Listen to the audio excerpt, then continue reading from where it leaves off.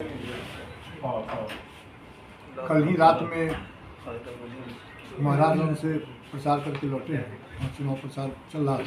लगातार हमारे पार्टी के प्रेसिडेंट का बेटा वहाँ चुनाव लड़ रहा है, इसलिए हम लोग वहाँ लगातार कैंपिंग कर रहे थे। एक न्यूज़ वायरल हुआ,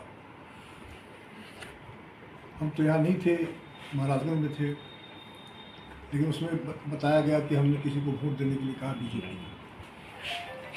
को। एक तो हम मानते हैं कि इस तरह का आजकल इतना टेक्नोलॉजी डेवलपमेंट हो गया है कि कोई न्यूज़ भी किसी को फंसाने के लिए बनाया जा सकता है। लेकिन हम लोग चिन्हित कर लिए हैं कि कौन व्यक्ति द्वारा ये साजिश किया गया है, कितना रुपया उसको दे करके किया गया, तैयार किया गया है। तो बिल्कुल बेसलेस बात है, फर्जी बात है। ये बात सही है कि चुनाव की तैयारी हम बहुत दिनों से कर रहे थे। पार्टी ने हमारे लिए सीट भी मुजफ्फरपुर ले लिया था।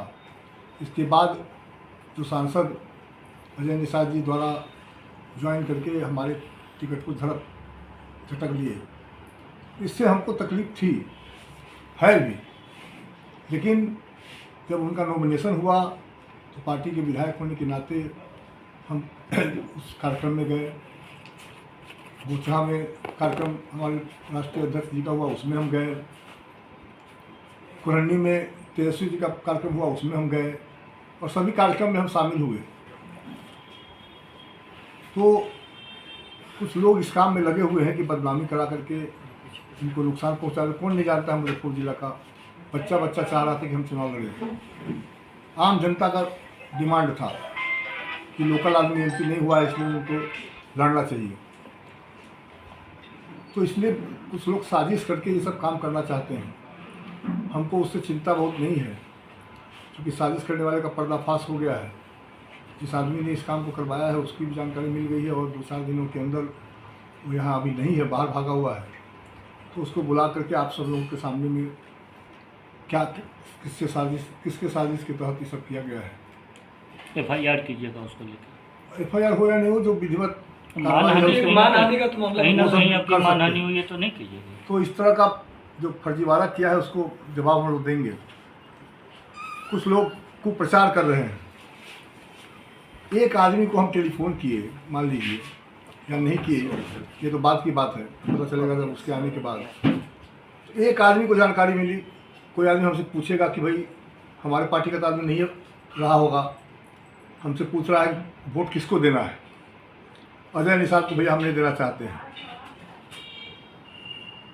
तो ये बात वो बोल रहा है, तो साजिश के तहत अपना सिंगल अभी चुनाव के बाद ये जारी हुआ है। एक ही आदमी को जानकारी थी, जो आदमी इस काम को किया होगा, यदि हुआ होगा सच्चाई में। तो एक आदमी की जानकारी हो गया। वहाँ अभी आदरणीय हम लोग के नेता तेजस्वी यादव जी पूर्णिया में गए थे, तो उन्होंने कहा कि पप्पू यादव को वोट नहीं देना है, हमको दीजिए चाहे एनडीए को दीजिए। तो उसमें उनका इंटेंशन कोई ख़राब तो था नहीं। उन्होंने कहा कि बड़े दल जो हारने वाले जीतने वाले होते हैं उसको वोट दिया जाता है। तो ये सब पर्दाफाश हम लोग करेंगे, हमको किसी की चिंता नहीं है। कुछ लोग इसी काम में लगे हुए हैं कि वीरेंद्र चौधरी को रोको, जनता का आशीर्वाद मिला हुआ है, तो वो सब चाहते हैं कि राजनीति में हम कोई नुकसान पहुँचावे, लेकिन उसके चाहने से कुछ होने वाला नहीं है। हम जो काम कर रहे हैं, डेवलपमेंट का काम जो बचा हुआ है, चुनाव खत्म होते ही फिर शहर के सभी डेवलपमेंट के काम में और तेज़ी लाएंगे। तेज़ी आई भी है, लगातार अधिकारियों से बात होती रहती है। तो उसको रोकना चाहता है कुछ लोग, बदनाम करना चाहता है। जिस आदमी ने ये काम किया है वो किस पर्पज़ से किया है, किसके बहकावे में किया है, कितना पैसा लेकर के किया है, ये तो सब ज़्यादा 2-4 दिन में 5 दिन में हो जाएगा, और हम इससे घबराने वाले नहीं हैं। स्वाभाविक तौर पर हमें तकलीफ़ है कि जिस आदमी को टिकट मिला है, हमारे नेता राहुल जी कहते रहे लगातार, न्याय यात्रा निकला हमारा। उन्होंने कहा है कि नफरत के बाज़ार में मोहब्बत की दुकान खोलना है। तो राहुल जी को तो सब मालूम नहीं है कि उनको बताया नहीं गया कि इस आदमी का चरित्र क्या है। उन्होंने तो साफ साफ जो उम्मीदवार हमारे हुए हैं साफ साफ मुसलमानों के बारे में गलत राय उन्होंने व्यक्त किया। कहा कि मदरसा में जो है सो आतंकवादी शिक्षा होती है। गृह मंत्री को पत्र बजाता लिखा है। उनको कहा गया कि मतलब टेम्पू चलाने वाले समाज के लोग हैं, अपमानित किया गया। स्वाभाविक है, हम लोग जिस राजनीति को करते हैं उसमें ये बर्दाश्त नहीं होता है कि माइनॉरिटी के लोगों को गाली दे कोई और हमारा उम्मीदवार बन जाए, हम ही उसके लिए वोट मांगे। आखिर क्या जनता को हम जवाब देंगे। फिर भी पार्टी के में रहने के कारण हमारी मजबूरी थी कि हम नहीं चाहते हुए भी दुखी मन से सपोर्ट किए। उत्साह उतना नहीं था।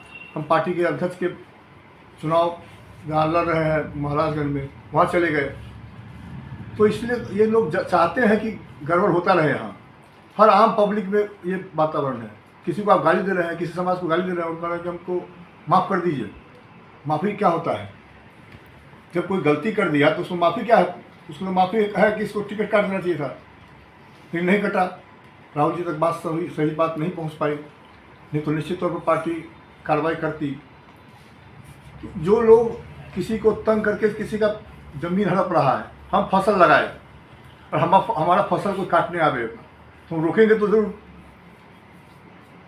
हमारा ज़मीन को हड़पने आएगा तो हम उसको रोकेंगे ज़रूर। तो जो लोग हड़पने आए थे, फसल काटने आए थे, उन लोगों को हम यहाँ की जनता पर हम लोग छोड़ दिए।